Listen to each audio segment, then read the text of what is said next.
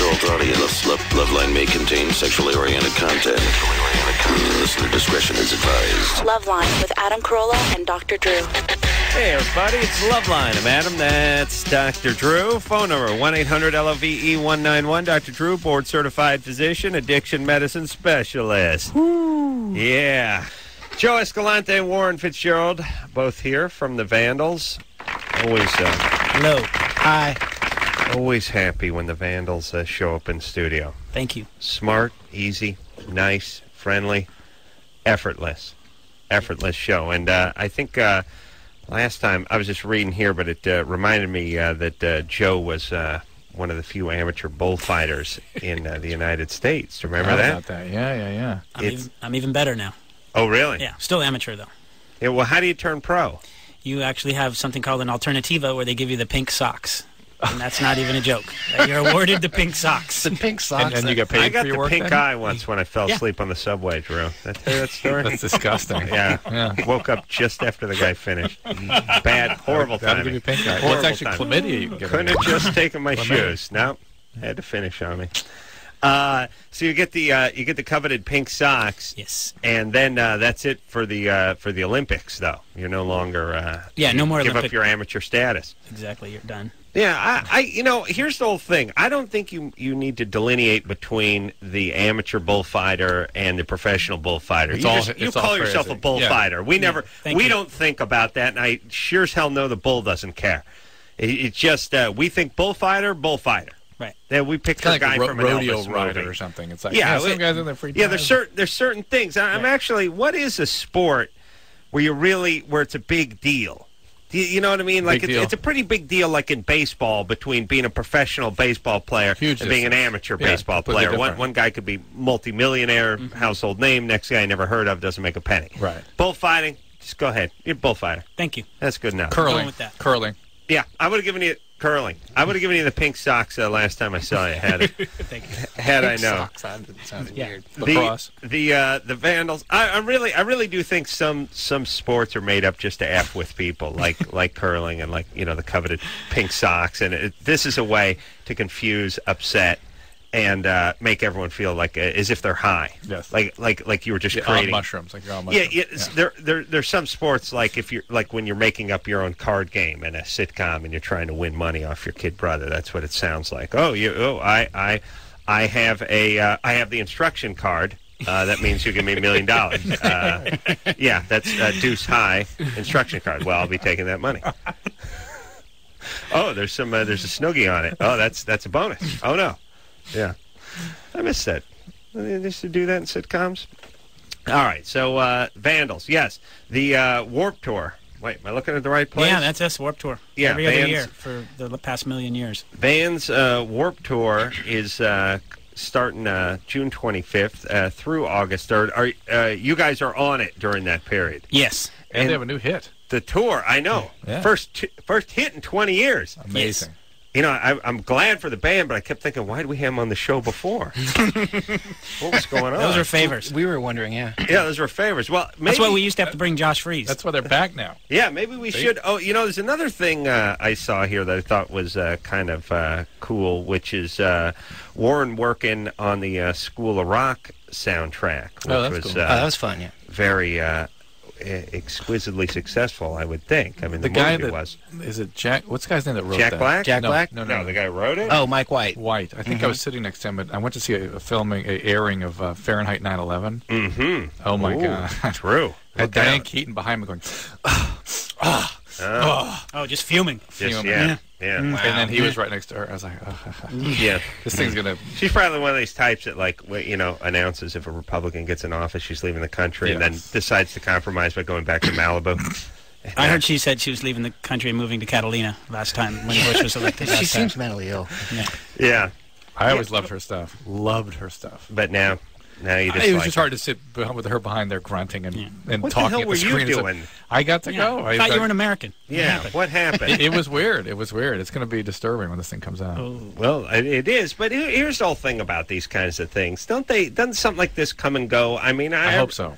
I remember the whole Iran-Contra thing that came out. There was a documentary or there's a big thing that came out. It was probably 14, 15 years ago now. The whole Now we spent a month of mourning for Ronald Reagan. Yeah. I mean, it was like and everything in it, I'm sure, was true, and everyone looked at it and went, all right. And then everyone just got back to whatever it is they were doing. You know, you got bullfighting, you got criticizing your government. It's like supersize. It's like supersize me.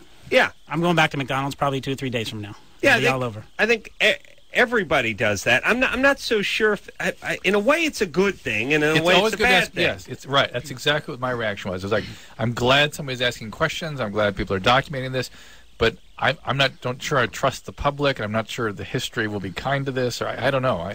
It worries me. It worries me how we're going to react to it. It's not that I don't trust the public. It worries what we're going to do with it. Yeah. What is that going to mean? All right, but here's as people. I mean, when you think about these, you take governments that are much more corrupt than ours, and this has been going on for centuries, and nobody really does it. Yeah, at the end of the day, you worry about your kids, you worry about your house not burning down, and you want to supersize your asking crap. myself Carolla questions. Stab a bull or two. No, I asked myself Carolla questions at the end of the film, like, what would they have done if this had happened to them, the other guys?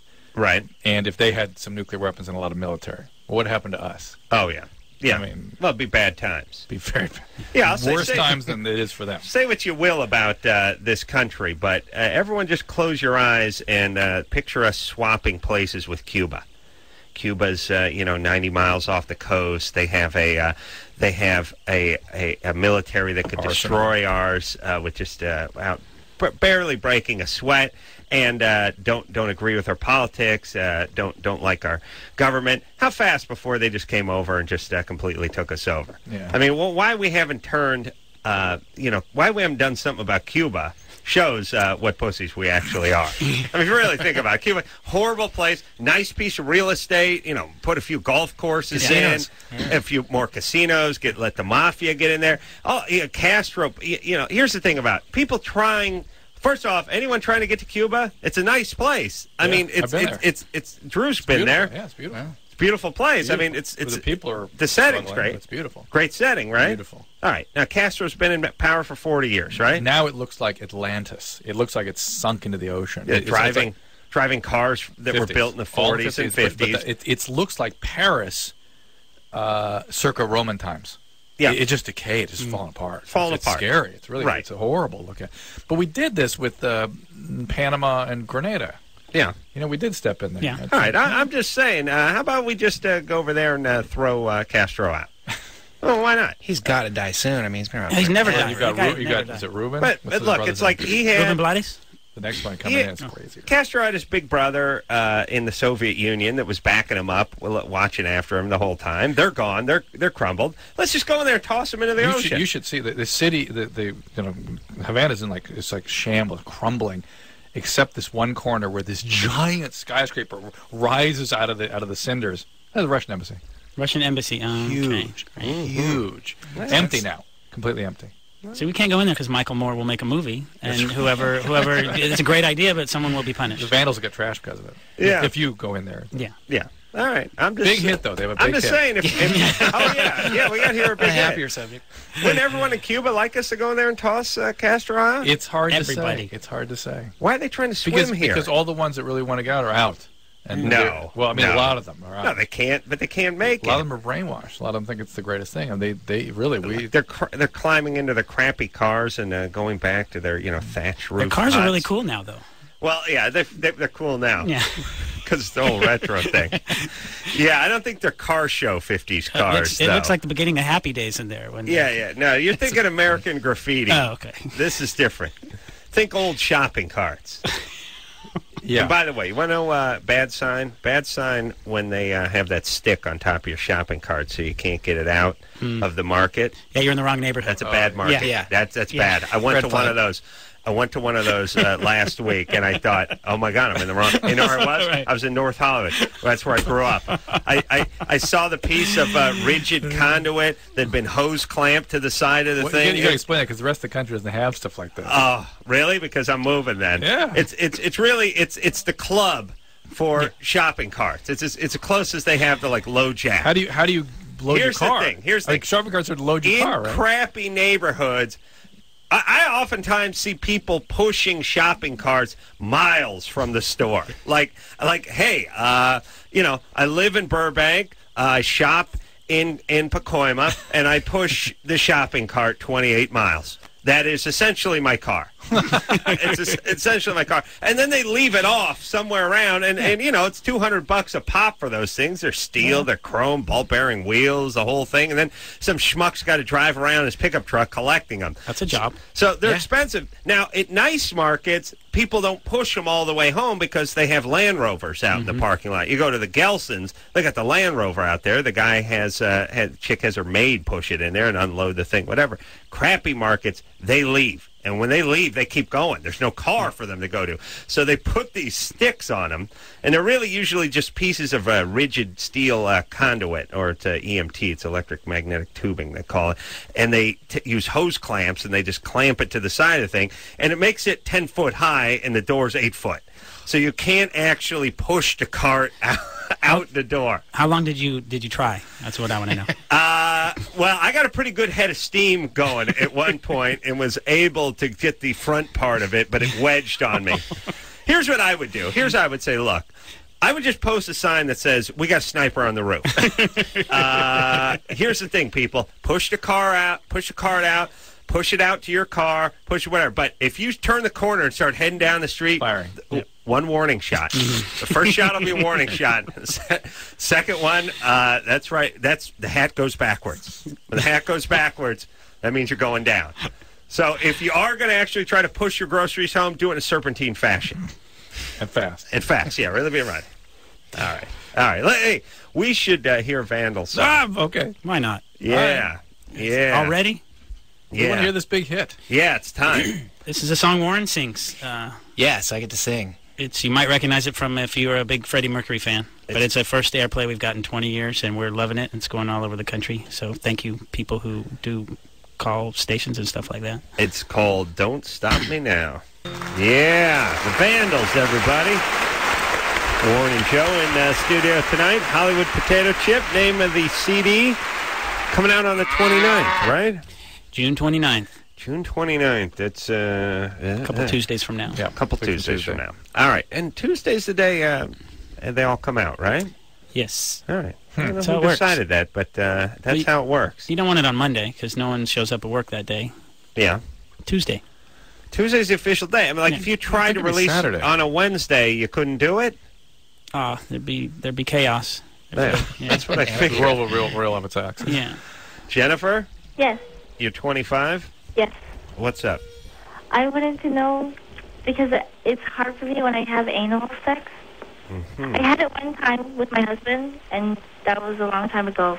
And every time I try now, it hurts. So I wanted to know, what the heck do the gay guys do that they can do it so much? Let me take this. First of all, they don't do it so much. Oh. They tend to do a lot of oral sex. A lot of oral. They don't do a lot of anal. That's what I hear. I heard, like, I don't know, is that like a rumor about vinaigrette that like, helps? Who's the guy next to her putting her up to this? Huh? Yeah. Wait, hold on a second. Her line's so horrible. Yeah. She does what with vinaigrette? I mean, what? Joe's the expert. Salad tossing thing. Okay. Maybe so, yeah. It used to be a creamy Italian thing, and then, like in the late 90s, vinaigrette became popular in a lot of the restaurants in Hollywood. Yeah, the balsamic thing. Paul Newman. Yeah. Yeah. Yeah. I mean, here's the whole thing. God bless him for trying things repeatedly that are painful. And to me, here's the whole thing. I can try things that are painful around the forehead or elbow area, but the anus, I get one shot. If I don't like it, I walk, and I never look back. That's my anus policy. Like, I don't keep going back to that well. It's almost counterintuitive why one would. Yeah. Yeah. Yeah, I mean, I could see you try it, see, maybe you like it, maybe it flips your cookie, but if it doesn't, Jennifer, then maybe it's not your thing. Does it, like, Who's the guy putting does up it to change this things when you have babies? Does it change things down there? Like, I don't know, the like elasticity? And yes. Well, once in a while, the vagina and the anus will connect via horrible rip, and then that makes it easier to get in.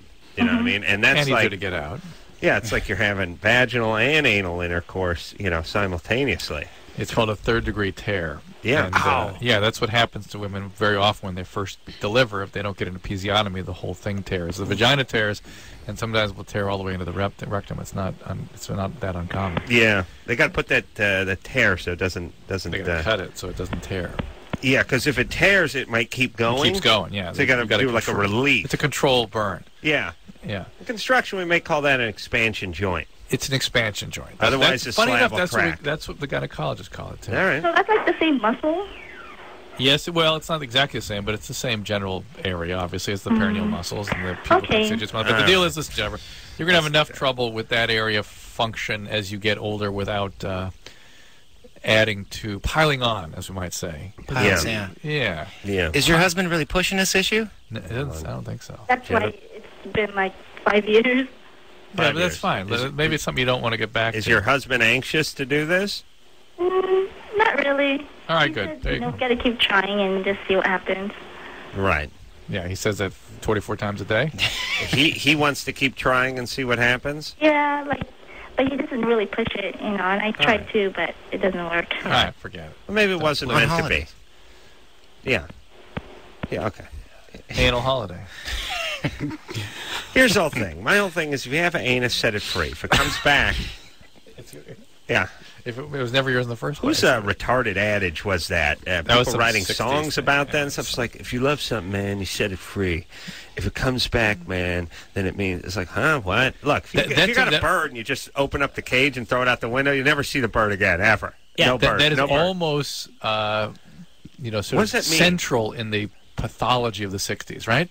Yeah. It was all delusional. 70s too. Weird delusional, like, man, everything's perfect the way it is, so just you let go and see what happens. Look, you take most cats, most dogs, most birds, Set most 'em free, everything, and gone. just put them on the other side of the yard and shut the gate. A couple hours later, you'll never see them again. By the way, it's That's relatively true of humans that attachments need to be worked on. Yeah, They're man. not things that you just let go of and expect them just to magically sustain. They I'm just thinking don't. about setting you free, Drew. Oh, man. And if you come back, it was meant to be.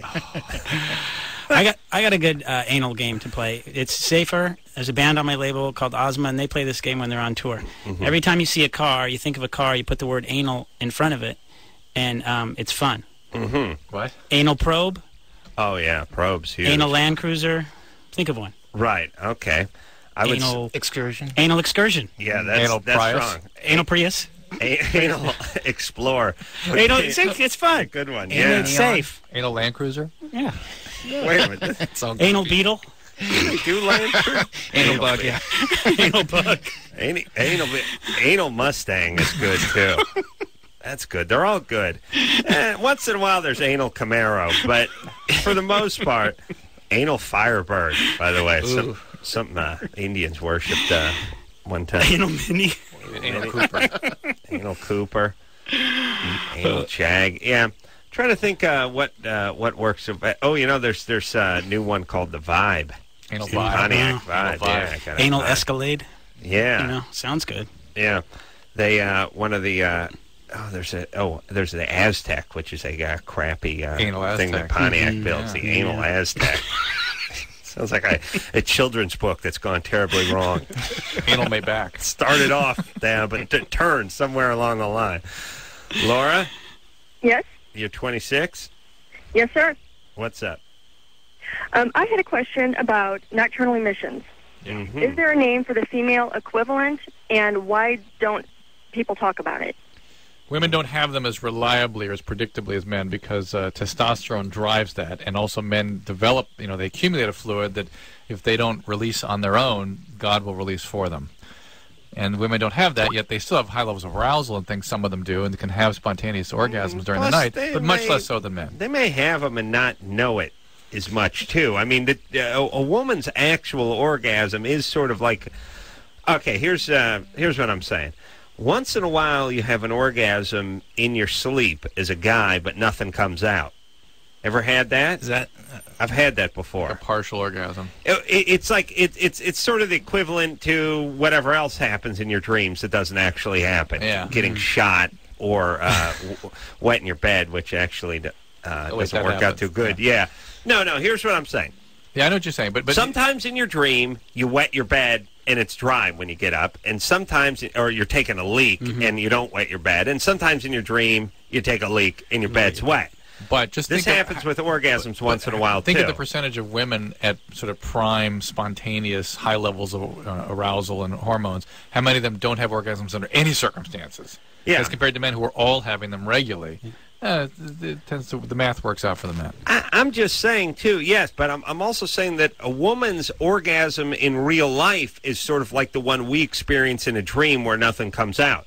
Yeah. What about that? Yeah. Huh, come on, that's heavy. What do you That's mean? heavy, dude. Nah. What if you haven't, yeah. Hey, I'm going to set you free, dude. And don't come back. No, but you know what I'm saying? Like, if you're a woman and you produce nothing for your orgasm, I mean, yeah, it's a sensation, but there's actual no physical manifestation of your orgasm. It's just it's a very, cosmic sensation that runs through your body. That is sort of. I've had orgasms in my dreams that felt that way, but nothing came out onto the sheets. Right. I'm guessing that for a lot of women who produce nothing, that's sort of the equivalent. If they're going to have them, yeah. Yeah, and I think they could have them in their sleep more easily than we could because of the plumbing problem. Do you know what I'm saying? Maybe. They can do it. For those that are, and we know that their brain has much more of an impact on their orgasmic function. Yeah, and I think I would go further and say that some women who can have it when they're awake probably have a better shot of the sensation when they're asleep, but I don't think it goes down as a wet dream because nothing came out. Maybe. I think they had a sexy dream. Maybe. Whereas we have wet dreams. Yeah. All right. Fly away, bird. And come back. Anal you go. Yeah. Anal you go. All right, the Vandals in studio tonight. We'll take a quick break. We'll be right back.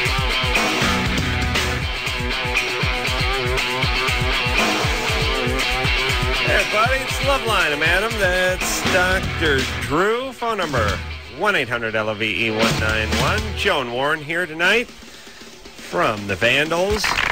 Yeah. Hollywood Potato Chip, name of the CD, coming out in, let's see, a week from this Tuesday. That's right, about 9 days or so. Am I boring you, Drew? Well, listen, Adam, you know well that I have a conditioned response to your voice. That's right. I begin yawning immediately as soon as I hear it. Big hippo-size yawns, yes, too. it starts to... what was his name again? I don't know, but that was a caller from last week. Yeah, world class. Yeah. Yeah. He provided the background ambiance for the show. And the people, when they call and they fall asleep before they get on the air, yeah. I love when that happens. Yeah, he was on hold for like 96 minutes, and sometimes if you're calling from the East Coast, and by the time we get around to you, 2 in the morning. It's getting late, And I have that nasally drone that's sort of soothing and annoying at the same time, but we'll put a big man to sleep. That's when he expired right there. Oh, there he goes. There he goes. And this guy swears to his roommate he doesn't snore. He's mad at his roommate for bringing it up. Dude, I heard you snore. I don't snore, dude. Now drop it.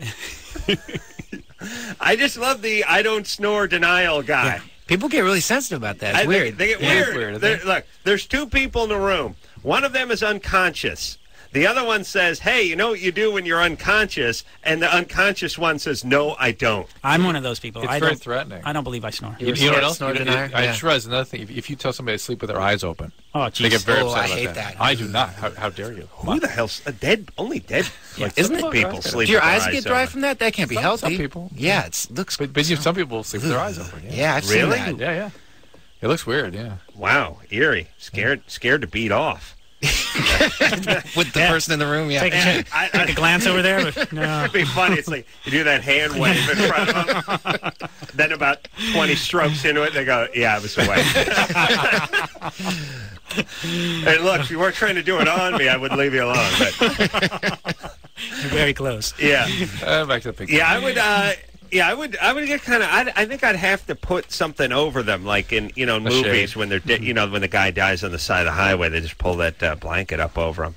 I also like in the movies where they very effortlessly close the eyes of the dead person. Oh my God. With almost a sweep. They don't even actually make contact with the person's head. They just kind of do that. They do that. He's dead. He's looking up, and they do that hand sweep. It's like the hand of God. Tell you that eyelids and mouths are like kind of like silly puttyish, except they don't hold their position when they have no muscle tone. Yeah. It's I would just like moving around. I'd like to see a movie where they honestly address that, where it was clumsy. Like the guy hand went over the face. It's not clumsy. Like, you can't even do it. So you're saying it wouldn't work? It works, but you have to really kind of position They never do it. It's just the priest. It's not the this. guy looks down and he says, "I'm going to miss you, brother," and he does the one hand sweep and both eyes closed. I'd like one where one was closed but the other stayed open. He had to fight with it a little bit. And he closes one and the other one opens. And he had to get in and use things like his car keys and stuff to try to. It's weird. And then the mouth popped open, tried to shut that again. Yes. Eventually got some duct tape out. It was a disaster. You have to really kind of position things in hopes it holds. I just like that move. It's that sweep. Yeah, like they do it every day. They do that, yeah. Kayla? Yeah. 15? Yeah. What's up, baby doll? I was wondering, like, if you were sexually abused or raped or something, and you have sex and it hurts or you feel dirty or something like that, you know. Yeah, you should have all kinds of funny feelings about being sexually active if you had been sexually but, like, abused. if you go through therapy after you have sex, will it stop?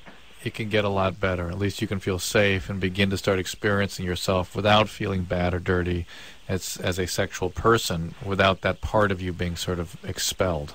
The screen here says your dad used a vibrator on you. Yeah. Is that true? Yeah. Was he, an alcoholic or drug addict, or, did he have a brain tumor or something? He's just a normal guy. No, we wouldn't put that on the normal spectrum. Well, I mean, normal as far as everybody else is concerned. Things go. Yeah, because that is as effed up as it gets. Yeah. How old were you? First time he used a vibrator on me, I think I was like 8. Wow. And this is your biological father. Yeah. Anderson, well, how does she answer that when we can't hear a thing? Phone line cuts in and out. Yes, and only we can't hear it. She said yes. Great setup. Anderson, ask her how long she's been in. She can hear us. Did she hang up? No, she can hear us. I'm here. But it never goes on the fritz this long. It's when she starts talking again, it should come back, I bet. There she is. She's back. Right, Kayla? Yeah. See. No, it's not She that said way. yes. It cuts off all the time when they start talking, Drew. Oh, no. But I'm just saying she's back, though. Yes, it will cut off again. Yeah, but her talking doesn't trigger anything. It's just it's intermittent. This is the kind of abuse she was talking about. Just what he's issuing towards me? Yeah, you guys. Yeah, no doubt. All right, so let's try to figure this out. Kayla. Yeah. She said yes. Okay. We can hear her. We hear her now. So your father, what do you do for a living? Some kind of construction? He owns a business. Owns a business. Owns a business. What kind of business? A music business. Music business. Oh, jeez. Really? It's getting bizarre with Anderson repeating everything. Anderson, when were you abused? We'll tell you, Anderson, we can't hear. Okay. All right. By you. Okay. So, and now, what kind of counseling did you do, Kayla, or did you? I've been through counseling, but not for this. Not for being with my dad. And where's your dad now? Is him and your mom divorced? Yeah, they're divorced. They're divorced. And does your mom know what went on? No. I think you ought to tell her. Yeah. You need to tell her so she can get you some help. And yeah, Dad. I mean. Okay. First off, this is a sober dad. It's almost unfathomable. Effed up sober dad. Yeah. Yeah, but music industry. Like, Well, everybody in his that's it all, family is messed up. His family's messed up? Yeah, like one of his brothers is in jail for child molestation. Yeah. And his other brother, he is a very sexual man. I don't know that he's done anything with his children, but... Well, guess what? Grandpa is the one to look to here. Somebody Great grandpa. goose them. Yeah. It's great. All right, so, Kayla, sorry for what your dad did to you, although you sound pretty intact. Yeah, the treatment, whatever therapy you've had has done something good for you, so keep it up. Yeah, and we can tell just by how you make us feel. You're not getting into the kind of chaos that you would probably be tempted to get involved with. Yeah. And listen, everybody, please, and I know you don't hear this on the radio that much, but when you think it's a good idea to take a vibrator to your 8-year-old daughter, how about just taking a gun to yourself? Just put a bullet in your head, would you please? It's a better. It's first off, better move. You'll be happy you're dead. Believe you me. And Because so will your kids and family, everybody else. the kids will dance a jig on your Thank grave. you. It'll be great. We might make it into a national holiday.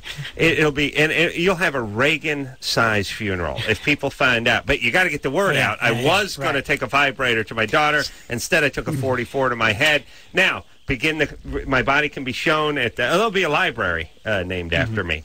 It's important to put that in the note, though.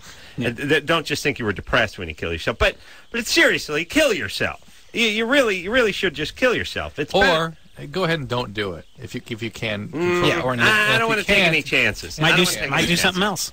Yeah, you might do something else stupid. Just kill yourself. It's not that big a deal. You're not doing anything. What are you doing? You know what I mean? You're doing something important? Yeah, like we need another musician? Right. We need you. Someone in the music biz, yeah. Right. Another out-of-work musician? Screw that. They just put a bullet in your head. That's fine. And it doesn't matter. You could be a musician, could be an attorney, could be a street cleaner. It doesn't matter. If you want to do something weird to your daughter, put a bullet in your head, that's fine. We'll just move on. There'll be one less screwed up person. And by the way, your legacy will not go on. Not go on. You will, just like you became the product of your horrible childhood, you'll not create more product. Now, Kayla did sound intact for someone who's been through what she's been through. And you can have normal relationships and everything. It just becomes work. It becomes like somebody who has diabetes or something. Or like a limb missing or something, and then you've got to get around. Well, I was thinking of more diabetes because it means you got to get in your diet, you got to get your dialysis, you got to monitor. Right. It's like a constant thing. Now, ultimately, you might end up being more healthy than regular people because of the constant monitoring and the constant work. It's like somebody says you're going to have to exercise, you're going to have to eat a lot of fiber, you're going to have to watch this and take that. At the end of the day, maybe you end up being better. Better off for you, than you might have been. Yeah, right. Do you think the fact that it's Father's Day has any big impact for someone who has that kind of a situation? Why she brought it up? Maybe why she called today? Yeah. Anybody, it can't be great. It's got to conjure something. It's got to be an unpleasant day in your mind. Yeah. For me, the hard part about Father's Day is the dads and grads part. I never did get my high school diploma, and whenever the grads thing comes up, it hurts. It stings a little bit. Dads and grad sales? The grads. The grads. Yeah. Oh, the grads part. Yeah, the grads part. Dads, no biggie, but the grads, that's a twist of the knife. That's a slap in the face. I never did pick up the diploma. Saying get back to school. Yeah. Yeah, library book was outdated. Wasn't a library book. It was a textbook that was issued. It was We the People. Yeah, they used to make a big deal over the textbooks. I don't know. Does this still go on? Like, first off, huge deal about covering your books. Got to cover that book. Got to cover the book. I'm just like, why do I got to cover the book? You can buy a book cover, or we got this thing where we make it out of a garbage bag. And, like a brown paper bag. And I always hated those kids. I mean, the book looked like it was crisp and brand new. They'd make the cover out of a supermarket brown garbage bag, and it was like spotless. And stuff. Yeah, Van Halen. My whole thing is just get rid of the stinking cover. It just falls off and all kinds of stuff. The other thing they would do is they would grade the book when they gave it to you, and then grade it when they got it. So it's like, it was always a little controversy. Like when they gave it to you, you wanted the lower grade, and when you gave it back, you wanted the higher grade. And they'd be like, "This is a B+, We the People." They're like, "B+, that's a C if I ever saw a C, We the People." No, that's B+, and then you give it back, and it's a D. And I would just lose the thing, and I owed the book room $19, and they wouldn't give me my diploma. That's it? That's the so story? You did graduate, but you didn't get the diploma. I did graduate, but I didn't get the diploma.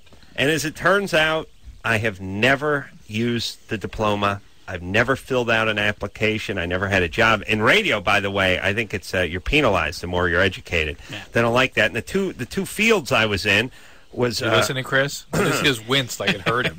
Radio. Like, those classes at junior college. Damn. Oh, he's 27. He's not going anywhere. Yeah, but she thinks the education's going to help him in radio. Yeah, but he's in junior college. He's not getting an education. He's hanging out at a snack shack. He thinks he's pulling one over. Sack.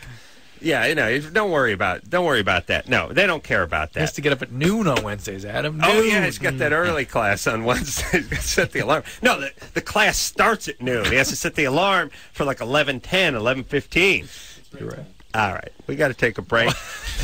He's angry. Break time. The Vandals are here tonight. Yeah, well, here's how he does it.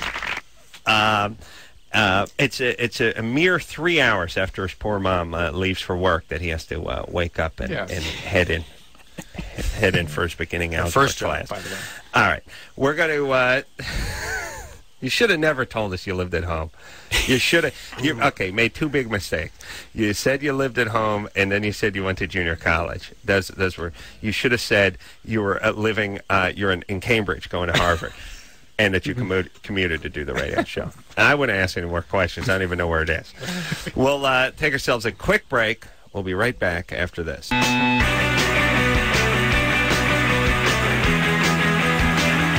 Hello. Hey, everybody. Phone number 1-800-LVE-191. Dr. Drew over here. Joe and Warren here tonight from the Vandals. Got themselves a new CD out called Hollywood Potato Chip.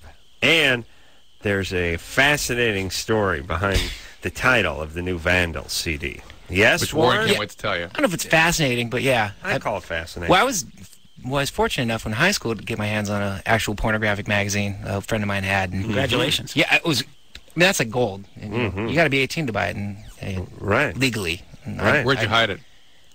At my friend's house. It was his friend. Yes. That's always the comical Exactly. part, where the 16-year-old male hides his friend. Yeah. Yeah, there's no clever hiding spots in your bedroom at your house with your mom. But, sorry. Mm-hmm. You didn't dig a hole in the backyard or anything? No, not that weird. But yeah, there were some interesting terms in there, and Hollywood potato chip was one of the terms they'd use in there for protein secretion. Is that what you said? Yeah. Like a stain. Male protein. Male protein. Excuse me, male protein. And yes. chowder. Mm-hmm. And yeah, it Left behind.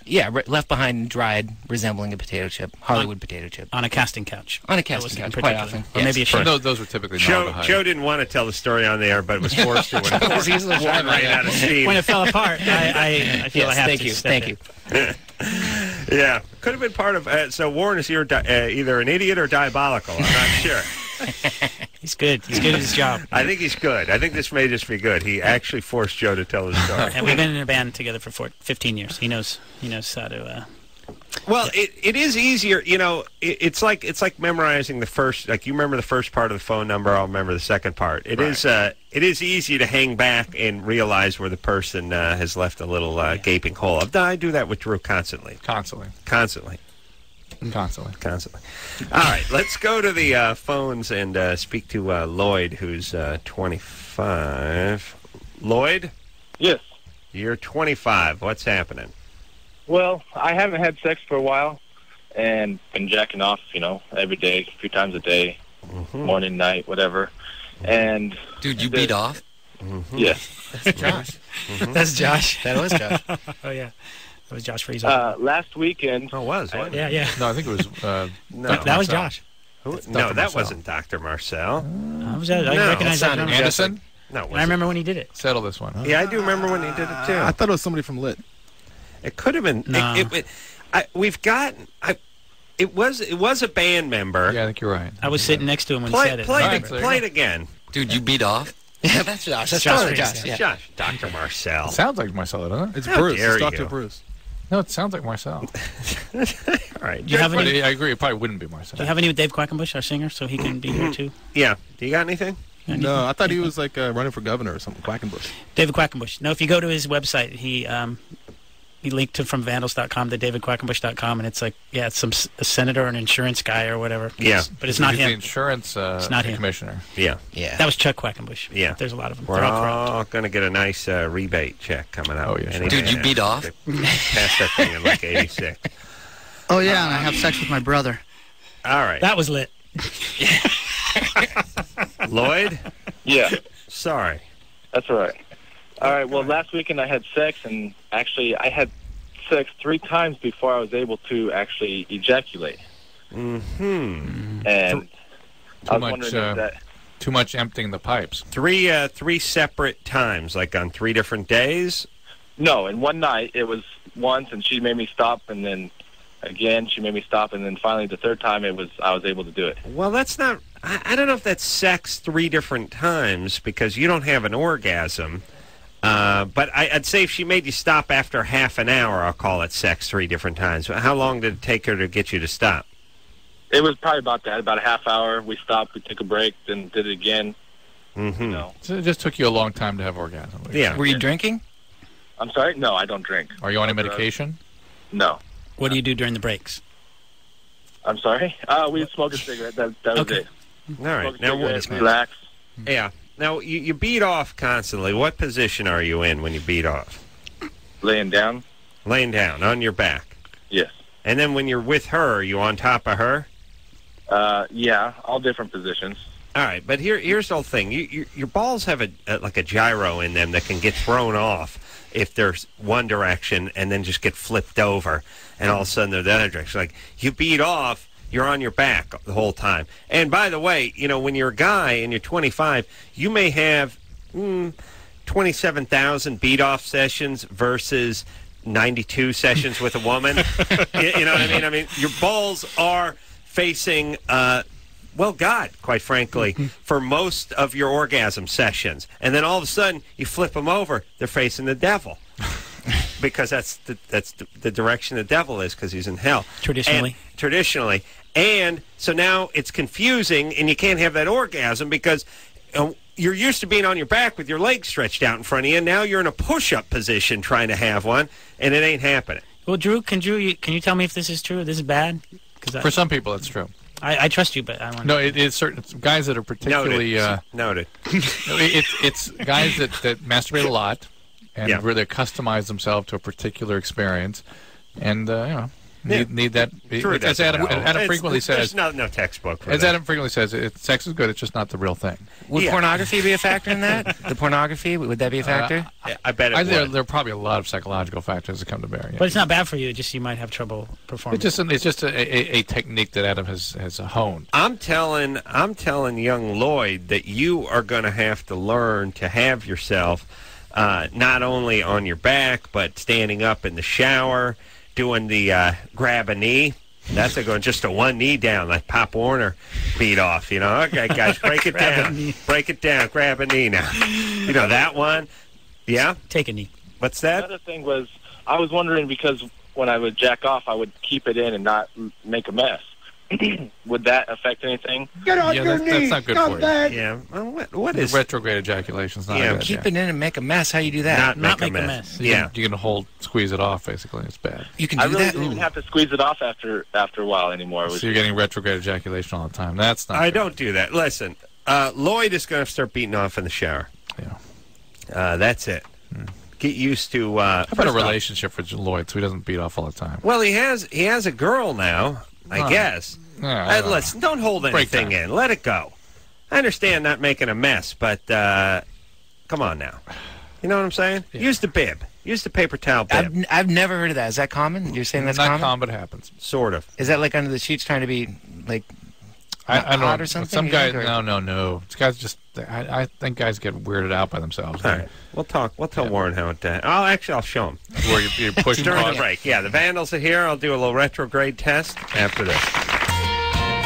Loveline. I'm Adam. That's Dr. Drew. Phone number 1-800-LOVE-191. The Vandals are in here tonight. Yes. Hi there. Hi, everybody. Hollywood Potato Chip, name of the CD. I went to the Playboy Jazz Festival yesterday. How was that? It's good. Not bad. It's fun. Your dad like it? It's hard to tell. Hard to tell when he enjoys things. But not sure. Hard to tell when he's alive, really. I had to poke him every once in a while. The good news is I got to drink. I brought a bottle of Dom Perignon champagne. Nice. And I got to drink the whole thing. Ooh, oh boy. He had a nip. He had taste. That's it's the beauty of the Carolla. It's like, hey, Dad got a bottle of Dom. You want some? Okay, I have a little taste. And then pour him about 3/4 of an inch. And he drinks it. And then 20 minutes later, want a little more in there, Dad? No, I'm good. It's $100. It's open. No. They're just watching jazz. Yeah, I'm good. They're not drinkers, the Carollas. That's why I got to make up. You are doing a good job. Anal Carolla? Anal Carolla. Oh, that's right. Yeah. Spelled differently. I'm sorry. Thank Christ. The thing that's funny about the Playboy Jazz Festival, it's at the Hollywood Bowl. It's jazz is great. You can't go wrong with jazz. It's not like regular concert. If you don't know the song, you're kind of bummed out. You're like, when they go, here's one from our upcoming album that's going to be released. I hope you guys go out here. I was like, oh, Christ. I never heard this song. I'm bummed out. Jazz is always like, when Wynton Marsalis starts going nuts on his trumpet, you just sit there and your mouth hangs open, and you're like, "This is great." Here's a song that sounds like a guy trying to quit smoking. Yeah, yeah, it is awesome. Those people, I had to drive through the traffic today. My wife said, "Yeah, what's going on? What is going on out there? Look outside." I looked up because I was reading. I looked up for like 5 seconds. I saw 5 people, and I go, "I don't know. Looks like Playboy Jazz Festival people to me." But I didn't know that Playboy Jazz Festival was happening. Yeah, it is. It's a huge thing, and the thing you can just tell where they're going. Thing that's funny is Bill Cosby hosts, but I don't know if you want to call it host because Bill Cosby sits in a folding chair like stage right, like deep stage right, and then when they're done, it's like, "All right, that was Wynton Marsalis. Now welcome to the stage, Etta James." And he just leaves again. Like, he doesn't walk out in front of everybody, in just between acts or whatever. He just sits. And you know what I thought, and I sort of appreciate, he's wearing, like sweatpants, but the pocketless kind, like the old school sweatpants. Yeah. White socks and sandals. And I just thought, wow, it's great when you get to a certain age where it's like, look, I'm going to be in front of 19,000 people. I'm wearing sandals, white socks, and sweatpants. Like, I got to be comfortable. I don't care if I got an audience with the Pope. I got to be comfortable. Wow. I don't care. I'm a legend. I don't care. I'm wearing sandals. And screw it. And socks, by the way, because it's actually more comfortable. Like, the only way I could pull these sandals off is if I didn't wear white socks with them, but screw it. And I'm not even going to put brown socks on so people from the 5th row back could think maybe that's a whole shoe I'm wearing. Nah, I'm wearing sandals, sweatshirt. Screw it. Not me. It's a good place to be. Yeah. And as a performer, and you guys eventually will get to the stage, if God forbid, nothing horrible happens and the band just keeps going on, Etta James performs sitting down. That's when you arrive. That's a dream, yeah. You come out there in a chair, and you perform via a chair. Yeah. A lot of the great jazz greats, because those whole thing is, I don't know what happens to your legs as a jazz singer, but something happens. It's usually some circulatory problem or something. But from, somewhere about your 12th album, you got to sit down. And you just perform sitting down. And I thought, that's respect. That means you've arrived. Because there's a lot of bands where it's like, hey, I'm going to perform sitting down. No, you're not. Get out of here. We don't need you. But if you say, I'm going to perform, I'll be sitting, I'll need a chair, and they're like, oh, whatever you need, that means you're great. It means you got to hit legendary status in order to perform in a chair.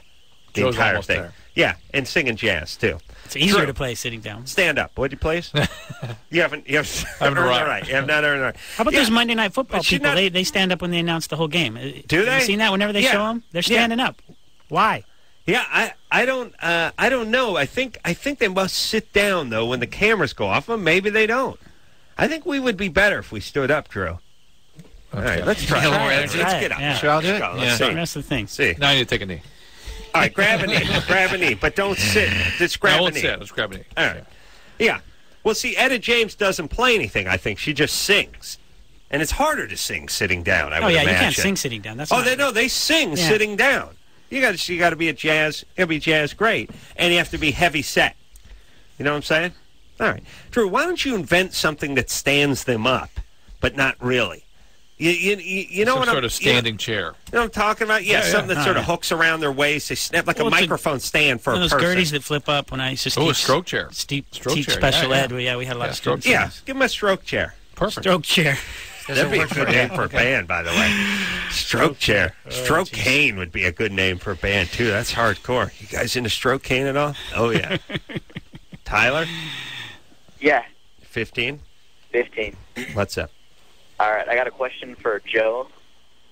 A long time ago, I was watching Your Sweat Into the Oldies DVD, and I saw a preview for Selwyn's Nuts or Cake Boy, and it said it was going to be released soon, but I looked on KungFuRecords.com and haven't found anything. Haven't found anything on Amazon or anything. Yeah, we made a movie by ourselves. It's very hard to make a movie by yourself. We shot it on film. Shot on film? I shot a 90-minute feature on film written by Warren. Wow. Warren starred in it, and it took a long time, and we killed ourselves making it. How much did it cost? $29,000. Wow. And on film. I thought that would be impossible to shoot on film for that budget. It's nearly impossible, yeah. There's a making of part of it. It will come out in the fall. It's all done. It's the DVD authoring's going on. There's kind of a documentary in it where the making of that just makes me look retarded for even doing it. I just look like Crumb. Crumb. Yeah. Yeah. And what's the movie about? Why don't you? I'll give the pitch. Yeah, it's about a baker. You shouldn't have to pitch a movie for $29,000. Yeah, exactly. It's just like, look, we're making the movie. Yeah, it's done. So I'll give the summary then. Yeah, it's a baker. A baker who works in an erotic cake shop. And is in an abusive relationship with the girl that beats the crap out of him. So he leaves town to be a roadie for a punk rock band, and they abuse him.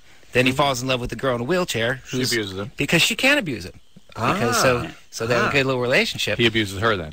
No, he's actually he's a very nice, not like a lot of people that call, I guess, or something. Like he's actually very sincere, nice person. She helps him realize his dreams. His dream is to be the greatest baker in the world. But not of erotic. No, that's slumming. No, that's slumming. That's exactly that. He's doing that. And so he ends up making a cake for the queen or something, or what happens? Yeah, I don't want to give it away, but there's an Iron Chef-ish. Iron Chef like Bake Off at the end, and he wow. And, of course, like any great movie, he doesn't win, but he still wins. Right. Yes. Right. Cake Boy.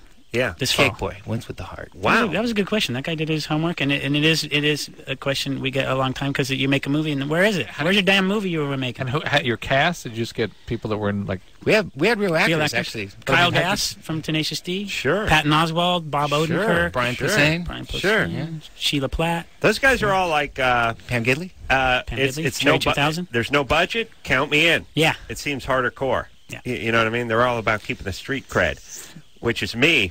Like I would. Yeah, you don't work for money. That's you. But during the day we had to make money. I don't know. I started a long time ago, but then to make money, I make actual concert DVDs, and that's what pays the bills because that's what kids want to see. The thought bubble over his head is a picture of the movie with all the different slices taken out about each of those actors. Yeah, kids want to see rock bands on a DVD. That's what kids want. That's why we have this Warped Tour DVD. Coming out. Oh yeah, there it is. Do you physically? Drew, you should have plugged that an hour ago. Do you physically go out and shoot these and edit them and put them together? Yeah, I would be what would be considered the director. I got a crew of 8 to 9 cameras. And we have a 24-track hard drive recording system. Warren mixes the live sound. Mixes a lot of the audio. I used to edit them myself, and then before I started realizing I shouldn't kill myself, and now I have, now it's like, it's a supervising. Do you shoot it on film? All the concerts are shot on 24p digital video, which looks better than anything I've ever shot on film. Wow! But the features we've done are on film. Let me say this. I think I saw some special not too long ago on like the NFL films and how they started off by just taking little handheld cameras and a handful of guys and run around the sidelines and stuff like that, and of course turned into a multi-million-dollar industry.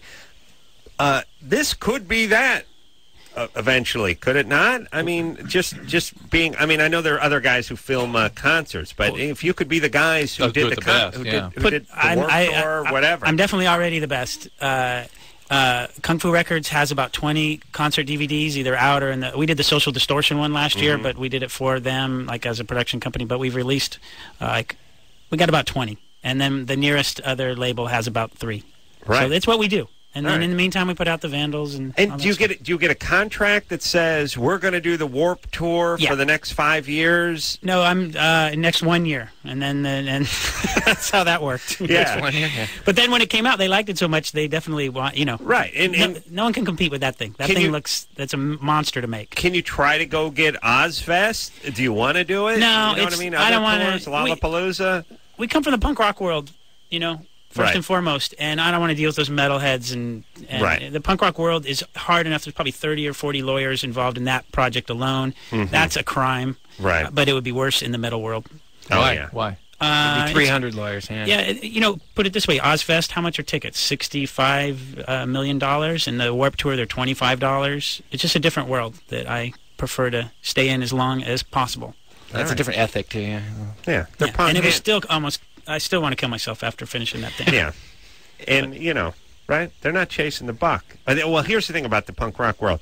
Even if you are chasing the buck, you got to pretend like you're not.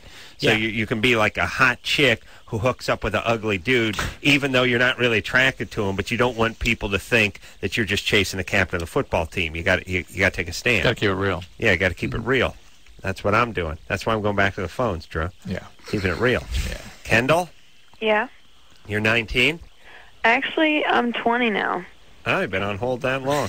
Yeah, no, seriously. Seriously, when I first got through, he was like, so how old are you? And I looked at the clock. I was like, yeah, I'm still 19. But no, I'm 20 now. Today's my birthday. Happy birthday. Oh, it is. Happy birthday. Thank It's our you. singer's birthday, too, by the way. Wow. Oh, it is. That's right. Wow. So you actually changed age. I mean, you need on hold, a clock and a calendar to mark your hold time. Yeah. I'm All not right. special. So what's up? Except for the heroin part, right? Yeah. So what's going on? Do you shoot it? Do you snort it? Smoke it? I haven't been. I've been sober for a while. Actually, not a while. It's been about 8 months. But at like a really young age, I got really into drugs because I was stupid. And so... That usually isn't stupidity. That's usually some sort of trauma that you went through. And then you look for solutions to that in drugs. Yeah, I think I was just stupid. It doesn't really happen what like this, that. look, Go ahead. in our vernacular. Yeah, I'd say I was about... Wait a minute. Hold on one second. It's smart to just go, I was stupid, because then people, you go, why did you have the adulterous affair? Why did you slam heroin? Why did you carjack? And you go, I was stupid. And then that's the one answer where people actually feel sorry for you and go the other way. You're not stupid. Okay, that is, yeah, but still. Yeah, I'm just saying it's a good angle to work. You could F up horribly, and when they want to know why, if you said I'm smarter than all you get punched in the stomach. You just go, because I'm stupid, and you hang your head, and people go, oh, you're not so stupid. It's just a better angle. We should all work it. Go ahead, Kendall. Okay, 14 in middle school, I would go on the playground during recess and smoke a joint behind the dumpsters. That's stupid. I did that. Yeah. Well, then we're both stupid. Yeah, absolutely. It's hardcore. I mean, it means All you're right. trying to manage feelings that you can't manage on your own. Smoking reefer at 14 is about average for these parts. I mean, that's maybe you're calling from Indiana. That may have been wild I'm calling behavior. from the Podunk town of the United States. I swear, it's horrible. All right, so smoking a little reefer behind the dumpster in the 9th grade, and then what? Let's see. Actually, freshman year was more like drinking and cocaine. All right. Well, look, it's a normal path that people take. Yeah, that's a gateway thing. You're a heroin addict. And what's the question? Once I got out of high school, it got really bad. Yeah. And then I kind of sat there and thought about what I was doing and how I shouldn't be doing it. Mm-hmm. And I've been sober for a while, and it's getting really, really, really hard. And I need, I don't know. I need something other than what it was. Well, you need the program. You're not in the program now, and you need to get with it. People do not stay sober without that. And heroin addicts don't live to see 40 without some very, very intensive, active involvement. They go from 39 to 41, right? We discussed. They just don't see they 40. Skip 40. They actually are 40. They just don't see it. Oh, they don't physically see the number. Visualize But they don't die. That's one thing I hate about heroin addicts. The ones I've known, they never die. They just keep going, keep preserves going. themselves. A lot of them do die. A lot of them do die. They don't see 40. I mean, if they overdose, but A lot of them die of all kinds of medical The talented ones do, yeah. I'm still waiting on a few. Hey, Kendall. Yeah. Get in the program. Yes, sir. stuff. Go to NA, get a sponsor. Yeah, That's how it works. Are you high now? No. All right. That's how it works, Kendall. If there was something easier or sort of alternatives to do, I would certainly suggest that for you. But the alternatives are really states of chronic illness like methadone and Buprenex, that kind of stuff. You don't want to get into that. Yeah. And let me ask this. Who has a tougher time kicking, males or females? They look into that? It seems like males cling on with a little tighter grip.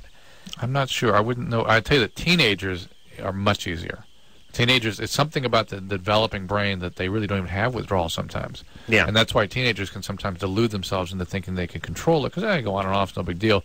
But they always go back on because addiction is a disorder of the motivational systems. Mm-hmm. And so the brain is constantly motivated, pushing back towards the drug. in spite of everything else in your life. That will always push you back to the drug. But no one's not that it's worth it's not that it's worth anything. But no one's ever done a study between the differences between male and female biology in terms of addiction. I'm sure they have. I just. What do you do for a living then, buddy? I don't know. Work at a transmission shop? I don't know. I'm not seeing a big difference. Crack a book. I would say the men tend to use higher doses. Oh yeah, and so that's. Oh, women are. Listen, I would love to be a chick. I was. I did. The hell. Oh yeah. I did the Kimmel show on Friday night. I was sitting next to Lisa Ling, who used to was the Chinese chick from The View, right? And now she's doing something on National Geographic. She's cute, by the way. Mm-hmm. She's and she was drinking a glass of white wine out there. A lot of people, by the way, I really didn't think much about this. A lot of people go on talk shows, have a glass of wine to kind of settle them a little bit, especially chicks. Oh my God. Well, here's the thing with a chick. You're going out there, you got nerves going, and you don't have to be funny. So just mellow out. You're looking to be mellow. You don't need your edge. I got to get out there and dance for the man. Night after night. Chicken at a carnival. Dancing. But no, not the chicks, especially the Asian chicks. You don't need to be funny. You're an Asian chick. You're cute. Just get up there and talk about The View. So she was drinking her glass of white wine, and I was saying to her, how's this wine doing for you? And she's like, oh man, I'm Asian, so I got that enzyme thing. And I'm like, I'm 125 pounds, and one glass of white wine, whew, look out. And I thought, lucky. You know what I mean? Yeah. For you, it's 3 bottles. And then I have to hit myself with the same bottle. The third bottle. It's actually physical trauma about the head. And even then I'm feeling fine. But disoriented when I know who hit me. All right. Be nice just to have one glass of white wine and get completely loopy, wouldn't it? Right. Yeah. And what do you do when you don't want to buzz? Just have like a teaspoon before you go to bed? They turn red, though, too. Yeah, it's a rough one, yeah. They get the flush. But Drew says, and I told her, Drew says you can push through it if you keep drinking. You told her that? Yeah. And the red goes away? Yeah. Yeah, the red goes away. Great. Yeah. Funny she was drinking white, too. You know what I'm saying? Maybe there's... Yeah, I'm hoping not to get the red flush. Yeah. Yes. Spencer? She's always thinking. Hello? You're 17? Yeah, just turned 17 about 2 hours ago. All right. Another one. Yeah. Happy birthday, yeah. By the way, he's been on hold for 2 hours. He was 16 when we started, just like our last call. You've been on hold for 85 minutes. Yeah, first of all, I'd like to say, Dr. Drew, you're God. Adam Carolla, you're Jesus. And I love the Vandals. Wow. Right. Thank you. Holy Trinity. Yeah. Adam is my son. Spencer. Yeah. You're 17. Yes, sir. Are you virgin? No. No. No. Wait. How do we define virgin here? Hey, you've had intercourse with a female? Yes. Yeah. See, on one hand, he's 17, so he shouldn't be a virgin, according to our callers. On the other hand, he sounds like a virgin, and on the other hand, he's calling from Florida. Not too many virgins after 12. Yeah. Oh, that's right. And that neck of the woods. How many times have you had sex, Spencer? 3 times. 3 times. Same I'm woman? also like 5'2". Oh, mini. So yeah, I live in Florida. There's no one a virgin past 7 here. Yeah, I know. I'm saving up every dime I can to get out of this place. I don't care. I'll get on a tire and swim to Cuba. This is a smart guy. I'm in complete agreement with this kid. You can get out of Florida. there. You can do it. I got some crap little job, and I'm saving every cent I can to get out of here. Smart. Okay. Does that work right? You work now? You do something involving waffles? Because I picture everyone in Florida is doing something with waffles. No, I work at a skate shop. Skate shop. Oh, that's all not right. bad. And where are you going to move to, Spencer? I got a couple buddies up in Seattle, so I'm moving up there. Good. All right. So what's your question? Okay. I suffer from bipolar, and there's times when I get like extremely, really sexual, and I masturbate chronically. What does that mean? How many times? Usually average is about 5 to 8, but I've done it like 12 times in one day. Wow. It's really bad. And I want to know if this is something that's going to pose like a serious threat when I get older. Are you an abuse survivor, too? No. Drew, is there anything else medically going on with you? No, just kind of the bipolar thing. And when I was on my medication, it was okay, but I'm sorry. Oh, all right. His phone's run out of battery juice, by the way. That's what that is. Either that or he's got a cash registry. I know, but I'm sorry. I apologize for that. 8 But, to 12 in a day. Yeah, the bipolar, obviously, when if you've ever heard of this, in this show we talk to people that are hypersexual, there's sort of two common reasons for that. One is somebody who's bipolar and manic, and they can become very, very sexual. And the other is they're an abuse survivor, and that person typically can go through phases of very, very high sexuality and very, very low sexuality. I think I went for like 8 once, and on the 9th, I actually sucked my underpants up my ass and shot them out my penis. It was sort of like a pitching machine, with the wheels that spin. And I said, okay, now it's time to quit. That's when it's time to quit. He said 12 is there a medical record for how far you can go? How many?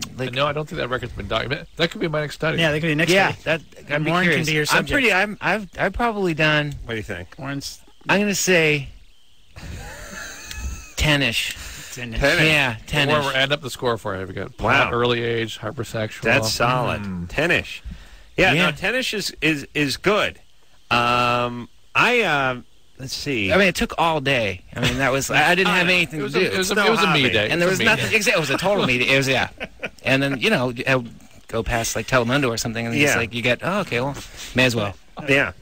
Well, it's tough, On Telemundo, the soap operas, they're beautiful. Oh my God. Oh, it's crazy. So big, busty, hippie Latin broads. Yeah, not distracting you with any English language. You gotta love Mexican, sound off. Mexican television, even the children's programming has a lot of cleavage. Yeah. Shusha? Big hair. Shusha's hot.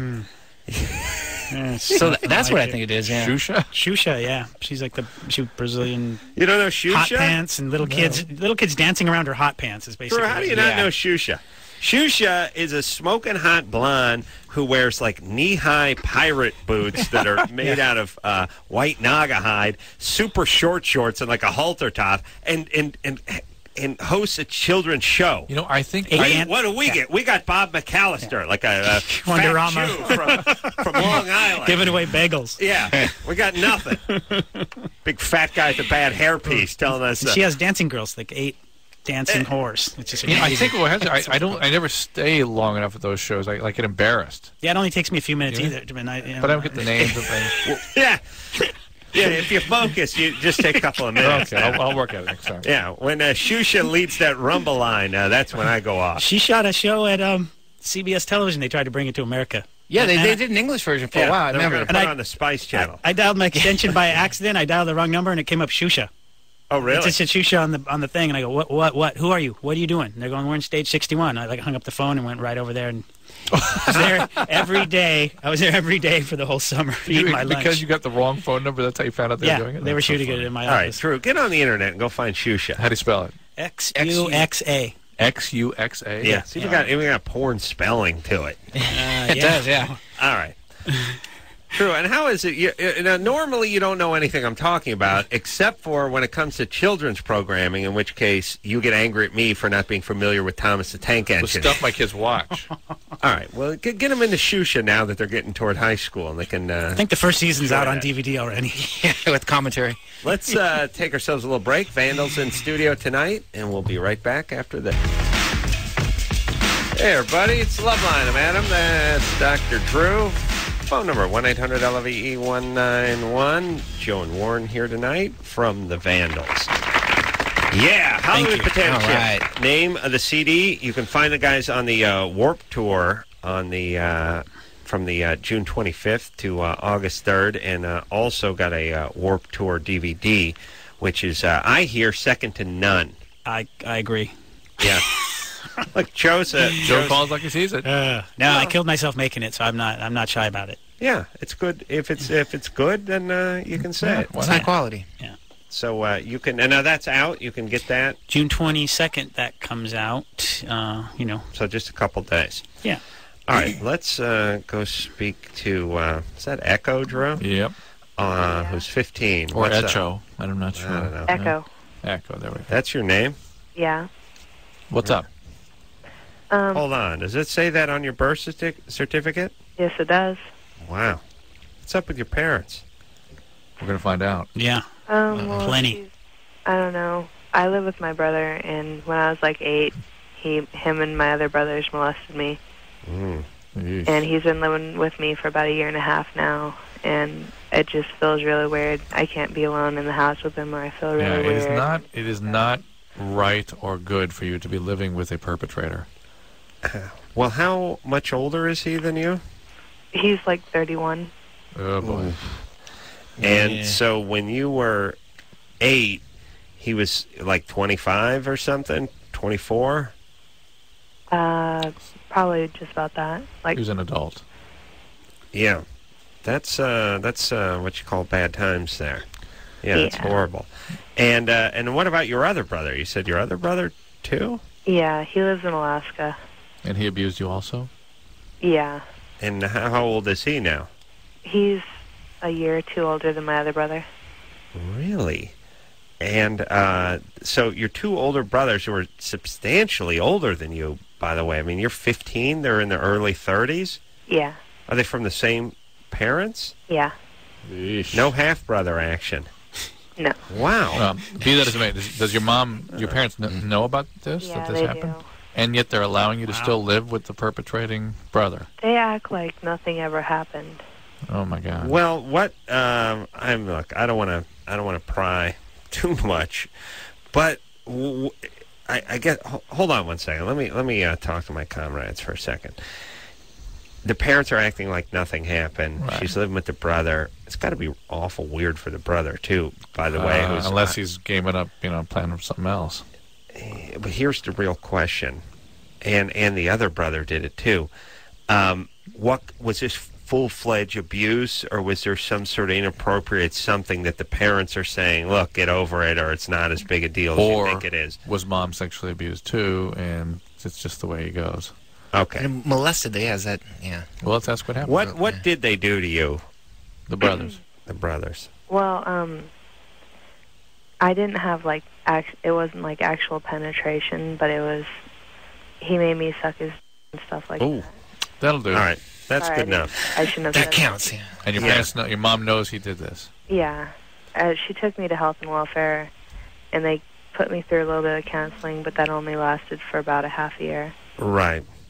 All right. So your brother or brothers, by the way, God knows what this guy's doing in Alaska, but thank Christ he's out of the contiguous United States. He's just got to deal with Canada if he wants to deal with us. But the thing is these guys are a mess, and I wonder if they were abused. Of course. Well, something bad. Yeah, something bad. Is this just super albino white trash? I mean, horrible alcoholics and all that stuff. Something horrible. Well, one of my older brother is an alcoholic, and my other brother, he's just nasty. Well, why is your one brother living at home at 31 years of age? Because he's a baby. And hold on one second. Engineer Chris, we finally found a guy older than you who's living at home. You're off the hook, yeah. Yeah. He's not going to junior college, though, is Chris, he? Do you have any sisters?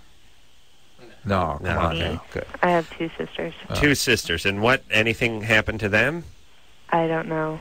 I've never heard anything about it. All right, so you're living at home. Your parents are still together? No. Your dad's gone? He lives in Alaska. Oh. And by the way, hold on. Alaska is sort of what Florida is to deadbeat dads is what Alaska is for just sort of alcoholics who hate the government. You know what I mean? Like, I don't need anyone telling me where I can park my snowmobile. You know that you flee to Alaska. You go to Alaska. You roll down to Florida. But you flee to Alaska. Yeah, it's something that's not going right. You go to Alaska because things haven't worked out wherever you were. Yeah, it's the last resort. Yeah, the continent chewed you up, spit you out. Yeah, and that's where you ended up. I'm going to start new in Alaska. That's really what that is. And Nevada's got it. Now there's a whole different crew that goes to Nevada, but Nevada, Alaska, and Florida. Those are the 3. Now, Hawaii has a little bit of that element. End of the earth. Hawaii has that, but it's a more euphemistic sort of hippie kind of. Hey, we're gonna get a sprout farm going up here. I'm gonna smoke some spleef and spend my day surfing. A lot of scrounging. I can sleep on the beach if I have to. But they're not going to shoot you. They're advancing. Yeah, to they Hawaii. think they are. They think they're advancing. Yeah. I think that's it. Yeah. Weight tables and surfing. Yeah, it's like the snowboard towns. Every snowboard town is like that too. Yes. Like, Tahoe. Tahoe. They're advancing. Right, but they think they're advancing. Here's the thing: the ones that moved to Alaska and Florida will shoot at you. The other ones, only the Hawaiian ones, only if you get into stumble onto their pot farm. Yeah. Well, they actually take a shot at you, but it's probably booby trapped anyway. All right, so Echo, what are we gonna do for her? Worked it all out. Ooh, look at this. His hands are registered. No, wait a minute.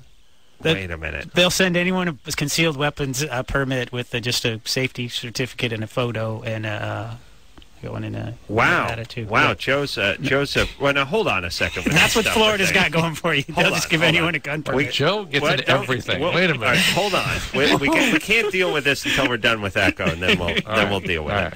All right. So Echo, your brother, even though your mom is aware of what he did to you, Yeah. Your mom's aware of it. Still, he gets to move home and live with you guys. Yeah. All right, and he's just sort of he's a loser, right? He's 31. He had to move home. Yeah, basically. And when they took you to the Health and Human Services, however you phrase that, Health and Welfare. Health and Welfare. Did you report the abuse? Yeah, they set me in this little room and taped me. And so maybe it's time to get back to them and let them know that you're living with the perpetrator again. And this guy sleeps in a room down the hall? Yeah. And you guys pass each other in the hall? Do you say hi? Is it weird? No, only when we're at home alone. I feel really weird. God. Did he get some treatment? No, not that I know of. He's fine. Yeah. Does he drink? Yeah, if it ain't broke, Drew. Does he drink? Occasionally. Because really, what you don't want is the booze mixed in with mom being out of the room. I don't want to freak you out, but do you have a lock you can put on your bedroom door at night so you can just sort of sleep in peace? No. You got to get one. What about $3 at the hardware store? Get a little barrel bolt. Just sleep put it on better. Yeah, I could, but I'm in the process of getting a job, and I can't wake up on my own. Not even with an alarm, so I'd have to keep my door unlocked so my mom can. They can bang on the door. They can bang on the door. That's fine. All right. And look, get the job, get your friends around you, hang out at school, get involved with everything you can that doesn't involve going home. Go home, go to bed, eat breakfast, and leave again for the entire day. Mm-hmm. I don't know what else. Obviously, if the guy, you're 15 now, if the guy does anything that's even close down a line, you just start screaming bloody murder and call the cops. Yeah, if she can. She may still freeze. I mean, she may still have a freeze reaction. What about these people, by the way, who cannot get up with alarms blaring and actually need 2 alarms and it won't work? What about these people? Well, how deep? How far? Who's that? Warner? Joe? Joe. No, I'm not one of those. No, I'm just saying.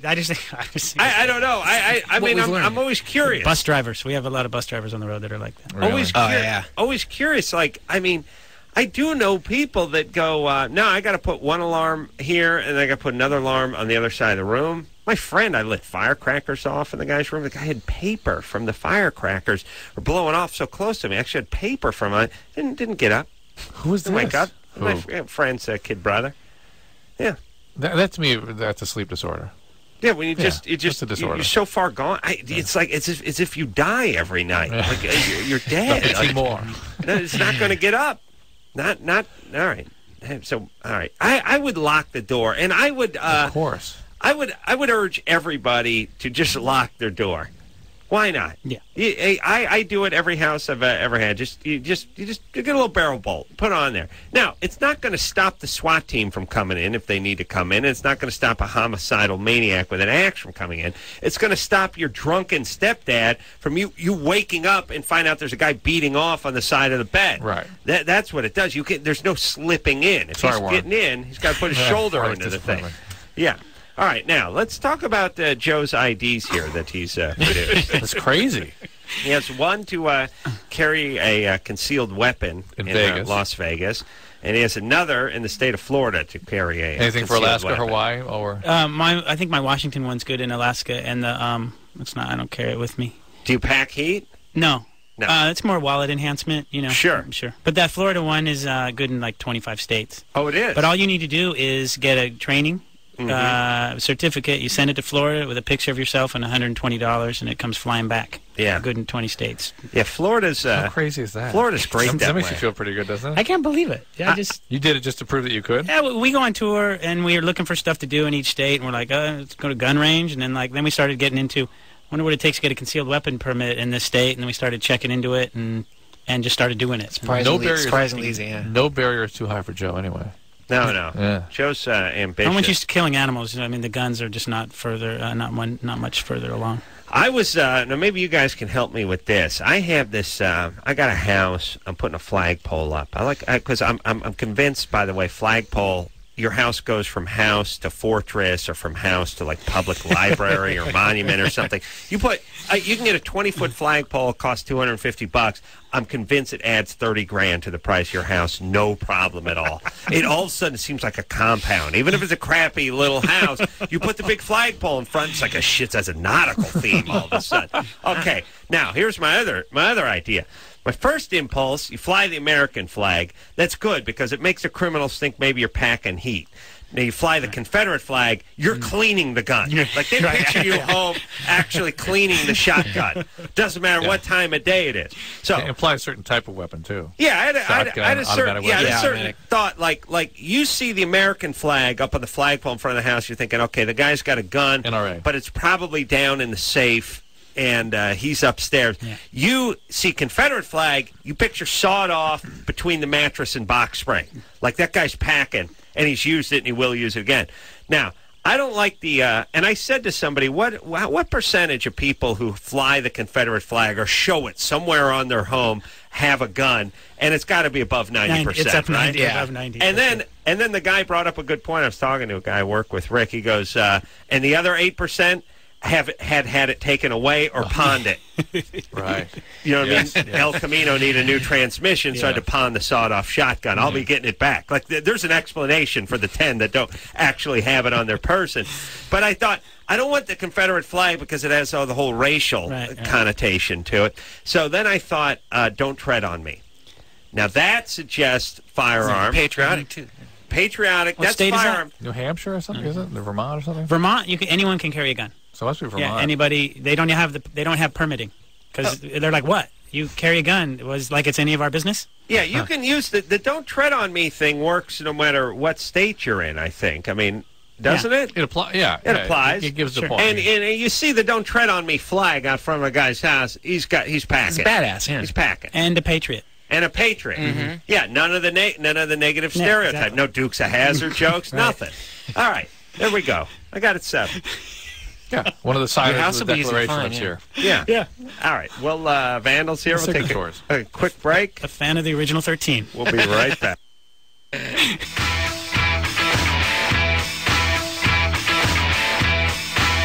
everybody. It's Loveline. That's Dr. Drew. We got a second song from the Vandals that we forgot all about. So much into the callers tonight, Drew, that we forgot about the second And Joe's caller. stories. Well, Joe's an eclectic mix, boy. This is the only place I get my chance, so I got to let it all out. Yeah, you picked the right place. You guys are my only friends. Well, we're interested. We really are. We get a lot of these bands in here, guys just sitting on their hands, pouting, drunk. No, they're not stabbing bulls or getting permits. They're not doing anything, making concerts. Not living. Exactly, live. Yeah, my God, it's like Ernest Hemingway. Really is. Like if Ernest screwed with his hair a little bit, or if you grew a beard or lost a little weight or something, you really like. Yeah, someone needs to lose weight. Ernest does. Ernest is the guy in this. But you're really a Hemingway type. Yeah, I didn't get into the Hemingway until after I got into the bullfighting, and then I heard it from there's all these white guys that look like that linger around the scene, and they're the Hemingway types. But I kind of came in the Tijuana entrance. Yeah, Mexican like a background. Teddy Roosevelt type. Out seeking adventure. Seeking adventure. I also go to church. by the way. I'm not just a heathen. Let's hear a song before we get into religion and it gets sad. We should. Let's not my religion. Let's Church of Ra. Yeah, we're hearing a song from the Vandals. This one's called "I Am Crushed." Hey, everybody. That's the Vandals. We got to take a break. That was a good song, by the way. Another good song. Thank you. Warren writes all that music while I'm being out being weird. So wow. That's fine. That's why I don't have a permit for anything. So. Yeah. Nice job. Well, you got a license to rock. I'll tell you that right now. 24 hours. Yeah. We're going to take a quick break. We'll be right back with the Vandals after this.